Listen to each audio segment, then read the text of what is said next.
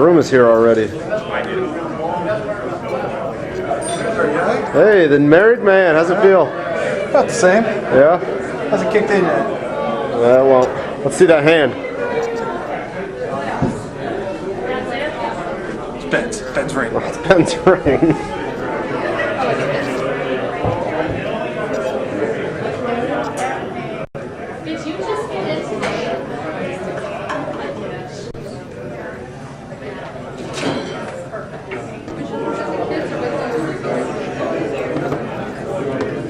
Desperately trying to get into your film when you were filming, when they were... Okay, you can stop.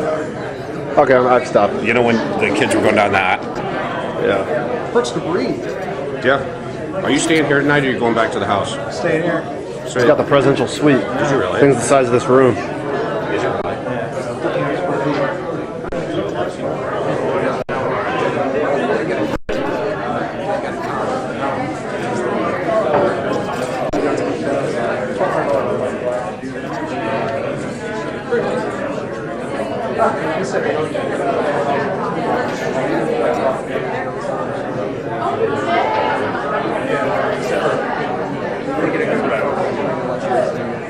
Oh, there's two of them?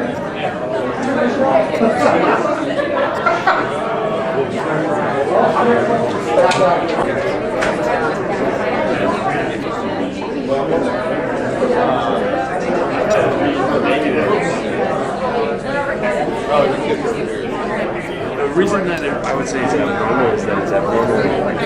Like typically this thing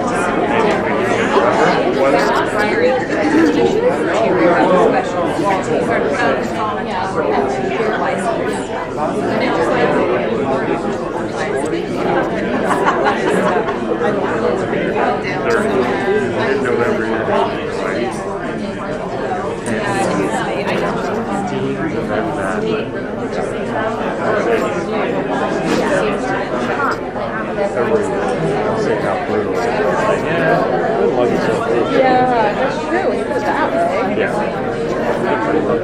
Hopefully by end of February we can kind of have the really cold stuff. We won't have that snow. Mother Nature does, yeah. Mother Nature does what she wants. What do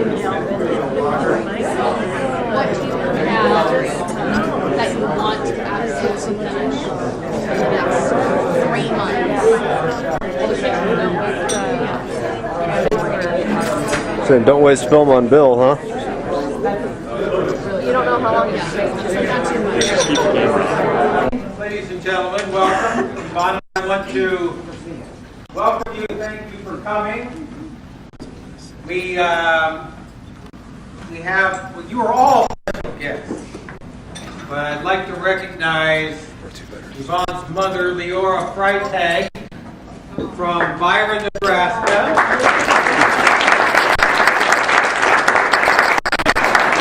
Now, get this. Last night, Christmas night, she hit the floor, stumbled, 9 stitches. What a trooper, she's here.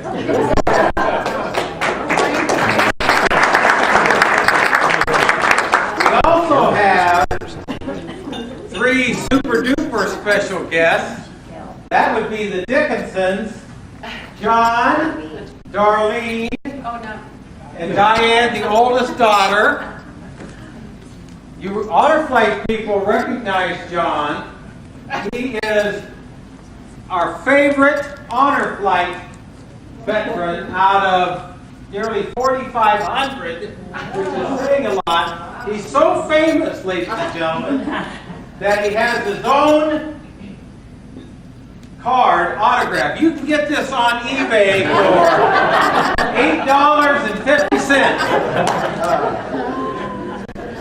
He is the only honor flight veteran, by the way, to go on 3 flights. He was on the July 7th, 08 World War II flight as a veteran of Iwo Jima, United States Marine Corps. You may have noticed from his tie. It's made in China. Made in China.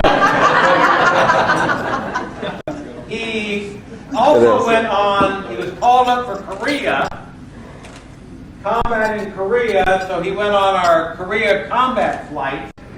And then we took him on the final Korea flight when Max took him down to Quantico for the Marine Corps Museum tour. So the two of them spent the day while the rest of us, it was sub-zero in D.C., but Max and John toured the Marine Corps Museum in Quantico. So we're so pleased to have the Dickinsons here.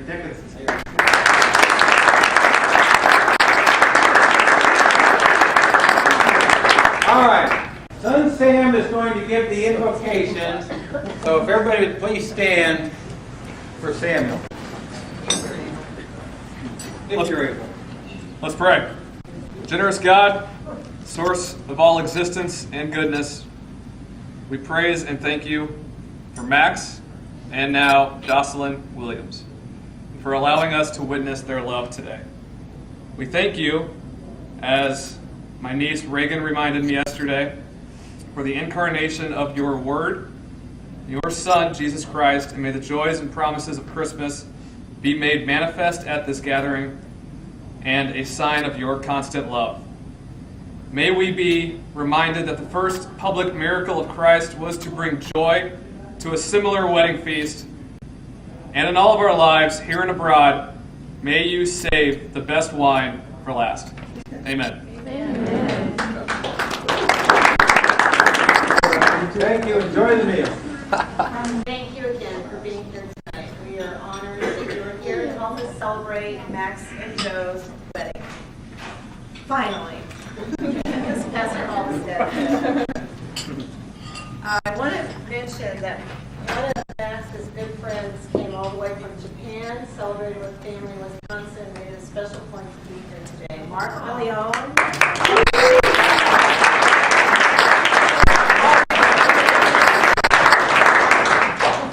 Thanks, Dee. It's going to call you the family. So, when Max left home, Bill and I thought we were done parenting. Actually, when more kids came along, we thought we were done parenting. At least we had it figured out. And Max showed us otherwise. And when he left for the Marines at the age of 17, he was putting things together and leaving us notes and saying, okay, now when you need to DVR, here's how you do it. If you need this code for the computer, here's how you do it. You can't call me. I'll be in San Diego at boot camp. Yeah. We have this figured out. Well, we're still looking to him for advice. If there was one word to describe Max, it would be relentless, determined, goal-driven, kind, compassionate, adventuresome, handsome.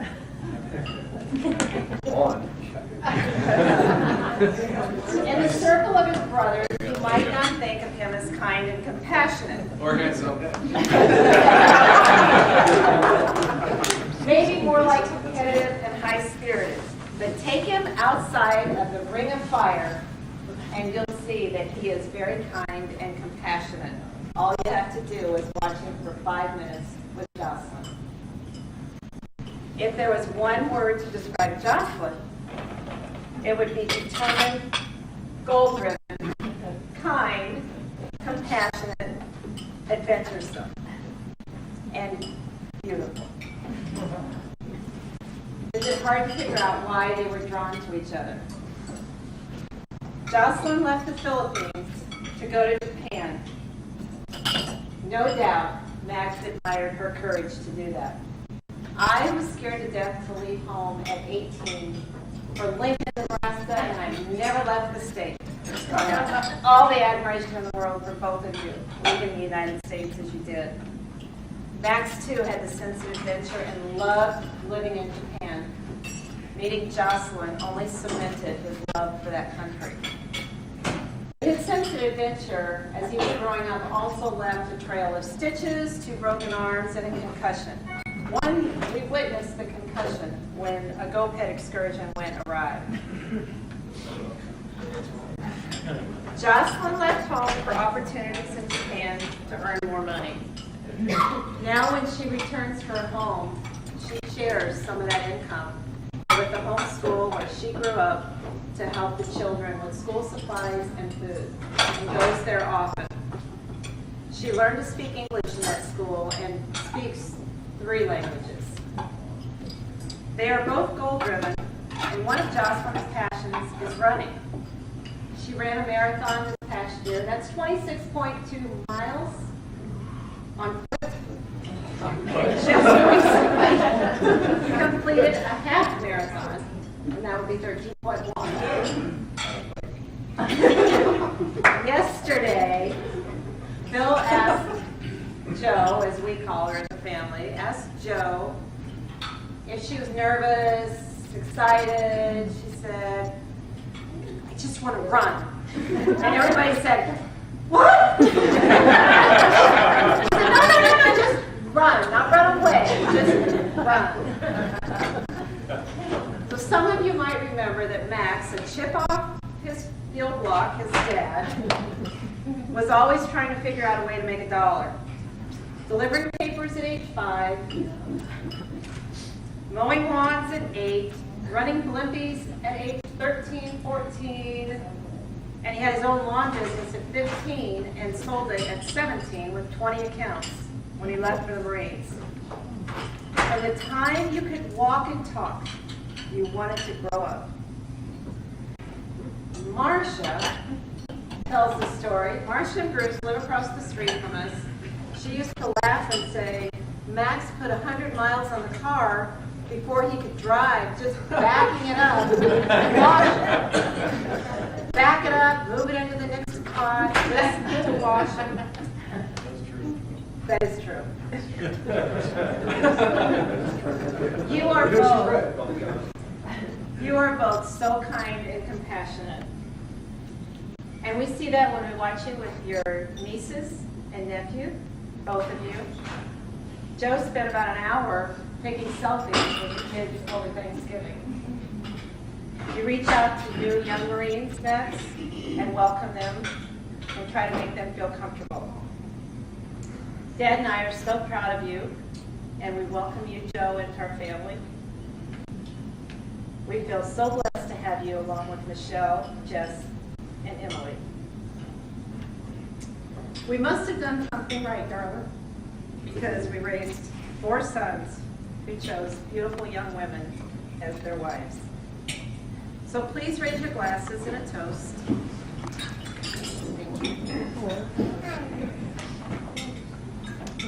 Jocelyn and Max, we are honored that we could share in witnessing your vows before God today. We pray you will be blessed with a long, happy, and healthy marriage. It wasn't by chance that you met in Japan. Once in a while, right in the middle of an ordinary life, God gives us a fairy tale. May you both live happily ever after. We love you. Woo! Very good, Evonne. So, 4 sons, Ben, Tom, Sam, and Max. As I have mentioned before, all self-made men. Truth be told, they pretty much raise themselves. It's either us or a pack of wolves.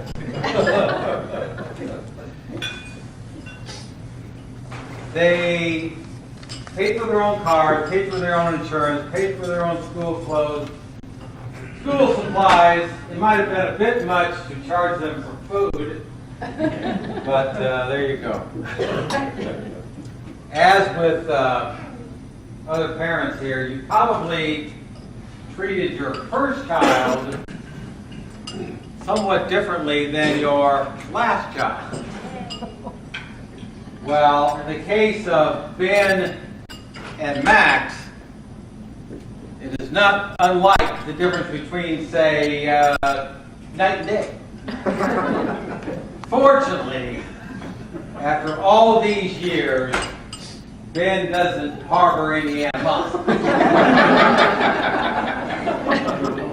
Example. If Ben got less than an A, we took his car away from him. A car that he paid for. Now, Max, on the other hand, would come home with a grade card speckled with C's. Our response was, you know, book learning's overrated. Nice job, man. And his other three would look and say, what? Ben, we took to visit the Naval Academy. Ben graduated from the University of Nebraska Law School, #1 in his class, #1. Maxie, on the other hand, we took him on a campus tour of Al's tattoo school. Remember the dorms, Max? I mean, it looked like a gypsy camp. Now, lest one think that Max isn't smart, he is, because someone does not become an air traffic controller if they're dim-witted, right? But his focus was on hustling a buck, and he was good at it. Evonne mentioned some of the things that he did over the years. He, on days when it would snow during a school day, I would pull him out of school so he could jump on his four-wheeler with the blade and make money. When he was little, Don Marshall and I had 50-some phone card machines spread around the metro area, mostly North and South Omaha. Max would go with me, stand on a chair, and we'd work on the machines. His job was to take all the bills out of the money box, bring them all home, lay a blanket in front of the television, dump all that cash of all those machines on the blanket, and then all of them would start to count the money. What was the #1 rule not to do? Don't touch your mouth. Do not lick your fingers. Because there's drugs on the money. That white stuff isn't snow coming off.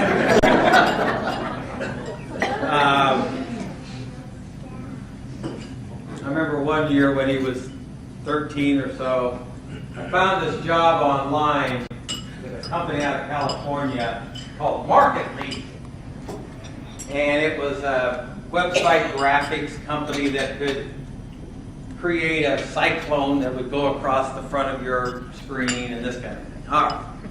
So once a week we would have these phone conferences with the big boys in California. Well, as many of you know, I have the attention span of a gnat. So I'm about 5 minutes into this phone conference, and I would say, gentlemen, I need to take care of some business. Step away from the phone. I'm going to turn it over to our national sales manager, Max Williams. So Max would take the call. He'd be on there for an hour talking business with these guys. Max is in my office. He looks out the window. I'm chasing a butterfly. Dragging on the Salem on the front porch, you know, and Max is in charge. I drive a 2002 Honda CRV with 250,000 miles on it that Max had done the research on, found it at Sharp Honda. You were 13, 14, and so we take him out of school. The three of us drive down to Topeka, Kansas, Ma and Pa Kettle. We sit in the car. Max goes in to make the deal. So he graduates midterm from Millard North, joins the United States Marine Corps. Off to boot camp he goes, stopping in DFW on the way, calls home. He said, I've never been away from home by myself before. And I said, no, you've always been with us or your brothers. He said, well, it doesn't matter. I just thought I'd mention it.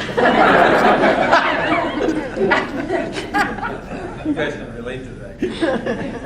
So they figure out that he has an aptitude for air traffic control. Off he goes to Japan with the Marine Corps as an air traffic controller. Finishes up his years in the Corps, goes to work for the DOD as an air traffic controller. Now, this is where courage enters the picture for both Max and Joe. In Max's case, he had the courage at 17 to join the Marine Corps, and had he not done that, we wouldn't be here. Joe, on the other hand, what does she do? She leaves the Philippines to try to make a better life for herself. Her sister is a medical tech in the Philippines that is paid $10 a day. So Joe, with about a half dozen other Filipino girls, go to Japan, live together in an apartment house. She saves virtually every penny, grabbing something to eat in the 7-Eleven, and she gets a job in the commissary at $15 an hour. And so she saves every penny that she can. She buys land in the Philippines that she owns today that has tripled in value. This is the kind of thing we love. But it's courage, because had she not left the Philippines at that young age and to go to Japan to try to make a better life, we wouldn't be here today. So that's the theme, isn't it? It's courage on both their parts. The man from Omaha keeps wandering into the commissary, and they meet, and here we are on such a wonderful, wonderful night. So please raise your glasses. We are so pleased, Joe, that you're a member of our family. We congratulate you. We love you both very much. And God bless you. Joe and Matt.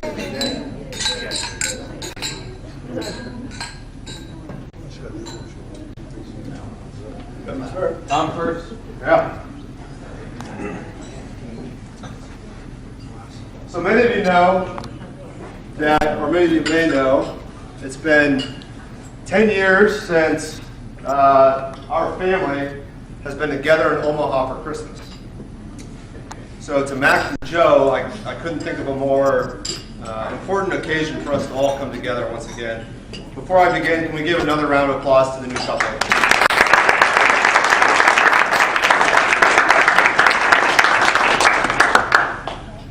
Joe, you look absolutely beautiful today. She was pretty nervous on the ride down, but I convinced her to stay. You fit so well into this family. You're a perfect fit. We're so happy to have you in the family. I know I speak for my brothers and I when I say that. We're very happy to have someone who's willing to put up with Max for a lifetime. Joe is, as many of you know, Joe is one of the most kind-hearted and sweet people I've ever met. But there is a veneer of innocence that may not be true. Have any of you played the game Cards Against Humanity? It's like a vulgar version of Apples to Apples. Well, Joe can go from PG to X-rated like that. Okay? It just takes one Bacardi and Coke. To Max, my brother, I'm very honored to be here today. It's great to have all of us together. I'm so happy that you found someone who loves you as much as you love yourself. You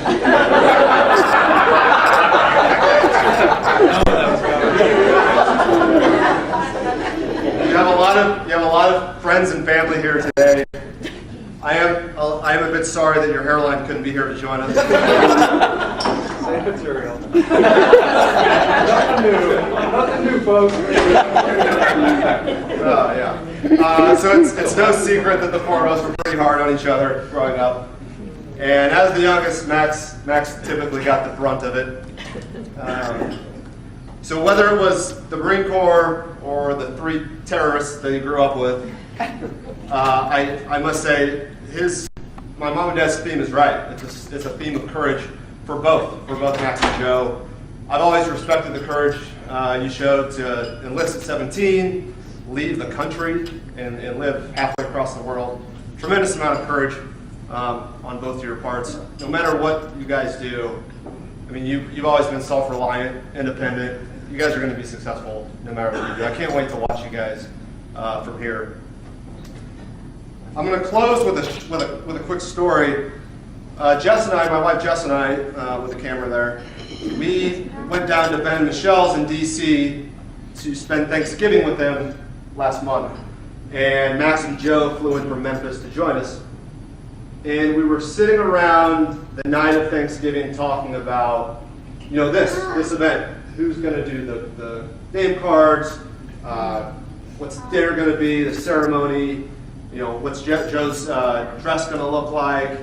And I asked Max, where are you guys registered? I'd love to get you a gift. And he goes, gift registry? I don't need anything. I have everything I need. And Joe's like, well, I mean, it would be nice to have a couple of things. He goes, I got my George Foreman, I got my shake weight, what's a guy need? And she says, well, I'd like to have maybe, our potato peeler is rusty. At least get a potato peeler. He just throws up his hands. So, to Joe, as an official welcome to the family, here's your potato peeler. Raise your glasses. A toast to Mr. and Mrs. Max and Joe Williams.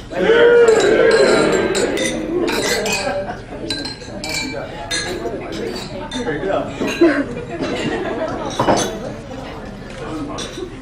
All right. So I'm next. And in an effort to speak Tagalog, Max and Joe, congrats, Sakasal Mo. Congratulations on your wedding day. Nailed it. Joe, you look beautiful. We're also excited to welcome you into the family. And I'm thrilled to have a new sister. And seeing you and Max together, you always make me so happy. It's great to have you in the family now. Thank you for bringing me. Right.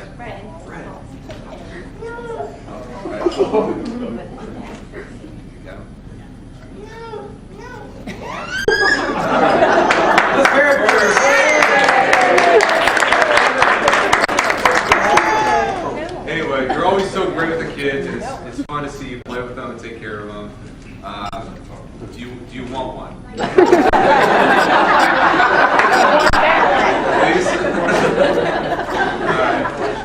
All right. Seriously, we admire your obvious love of children.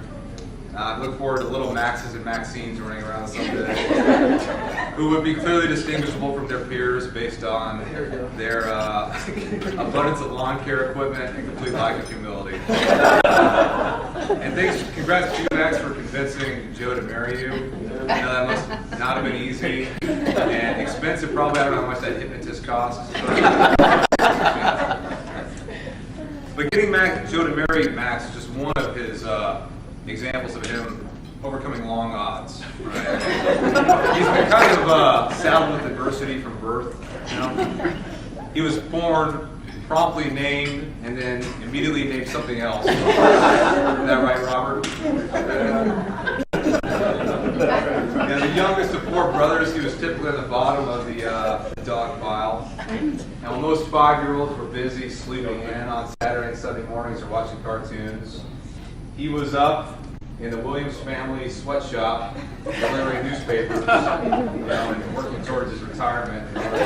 Social Security earnings at the age of 5. His bath toys were a toaster and a hairdryer.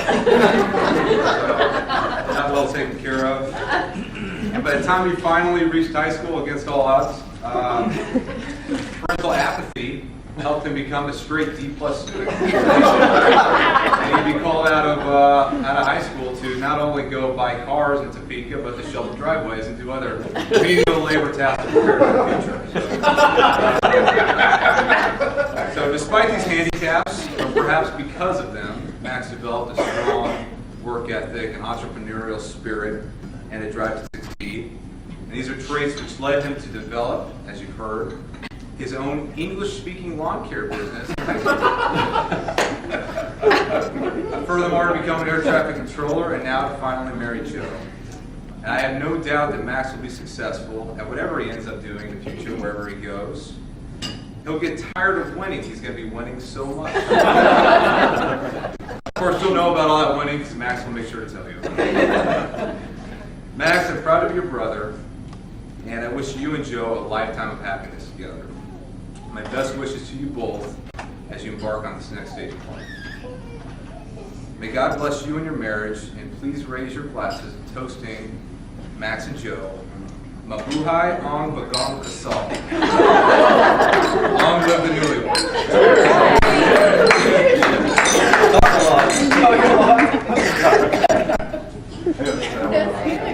Thank you. Good, Sammy. Good job.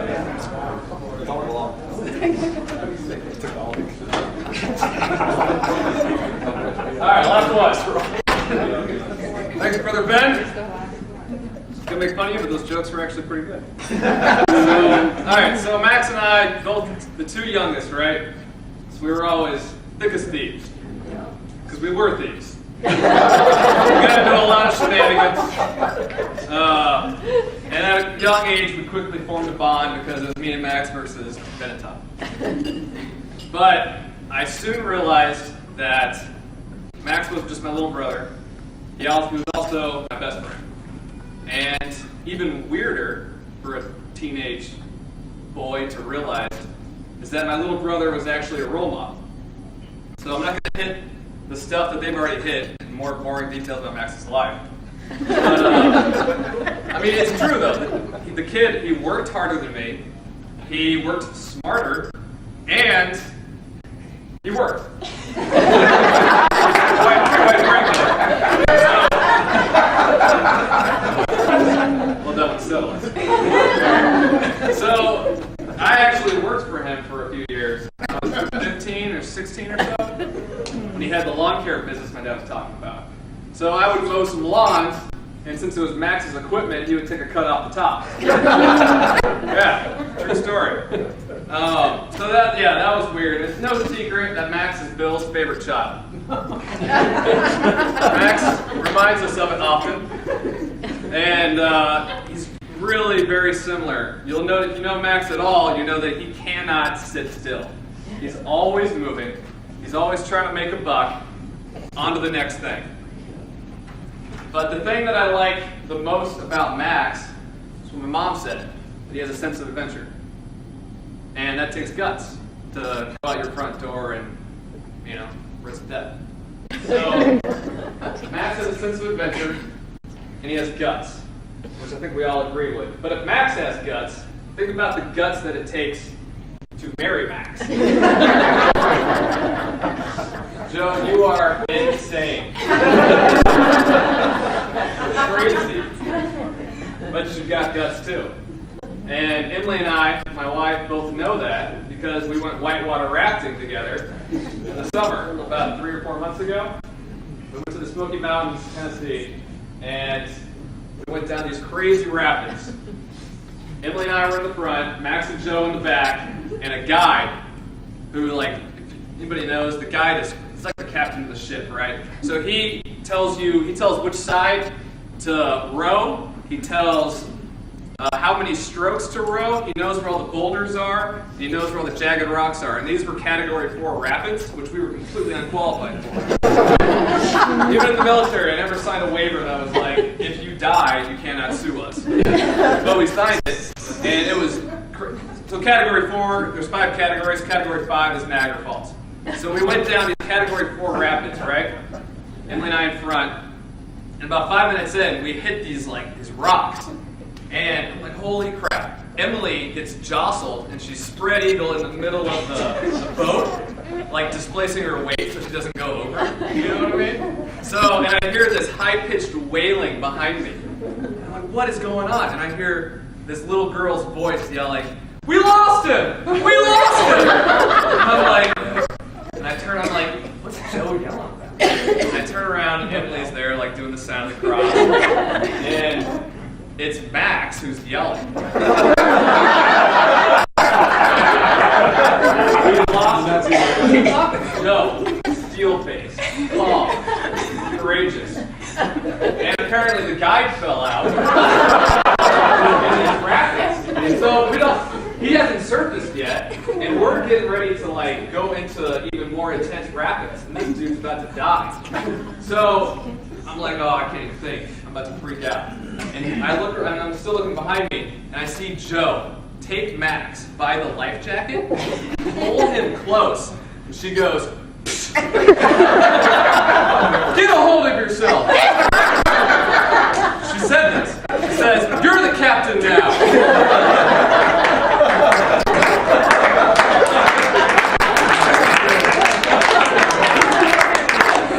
That's when I knew that we may have lost the guide, but Emily and I and my brothers and sisters-in-law just gave us this girl. So Joe's got some guts too. Max, I'm sorry if I don't remember the details exactly. Very close. But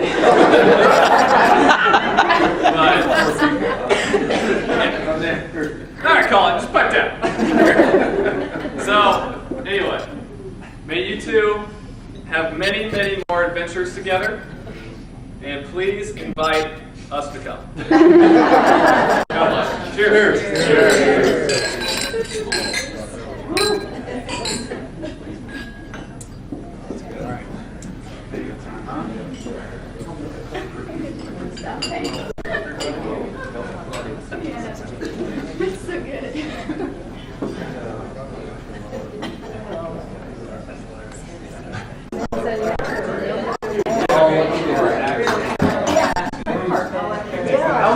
This is the wind down.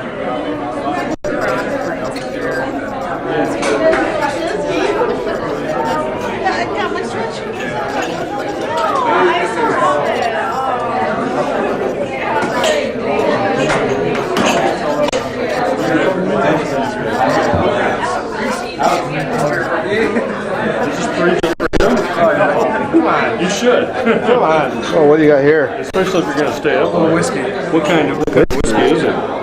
These are Knob Creek, and that's Fireball. Oh, Fireball and Knob Creek. it's your day, Max. Those are the good ones there. Yeah. That's the good stuff there. We got that from back. What's this called? What's this called again? Knob Creek. Knob Creek, yeah. That's a good one. This is the cinnamon. Yeah, no, cinnamon. You know, the only good thing about cinnamon is it reduces swelling. Is that true? It actually is. It's a medical truth. It reduces, inflammation. Yours is a bike. Bicycle. Cycle. Bike, sorry, bicycle. Yeah. Get it right. Biker. What do you got, Harley, Honda? What are you riding these days? Trek. Take it, Max. Oh, for you guys. I want to see this. Well, I know I'm not doing that. I might. I'm not the one that got married. I think each of you guys are doing one each, right? You two? No. Unless Bruce, you taking some of these? Got them for all the boys, but I might do more. Bruce will do one. Tom, get it. Okay. Sammy? I better get another beer. Okay. Yeah, Bruce, want to grab me one? What kind of one? Oh, boy. All the You know, I'm going to go with the Corona. all the good ones. Pop me off there? Yeah. There we go, thanks. Whoa. Oh, I got it. Is it Fireball and what? okay, well, I'm going to do a Fireball. What's that? Just a normal one. It's a nice bourbon. We gotta get Ben on here. Hey, Brother Ben. M's in. No, I can't because I'm working tomorrow. And I have to drive. But I'll video it. What? I'll video it. Tom, you're like that creepy dude in another teen movie. You got the balloon. Yeah. It's a Tom in the video. Hey, Ben. Oh, Dad. I got to talk to you. I gotta watch my kids. Hey, yeah. You sure? Is everybody covered? Yep. Everybody got one? Okay. Max. It is unique how it all comes together like that. He's a great guy. Thank you, James. Thank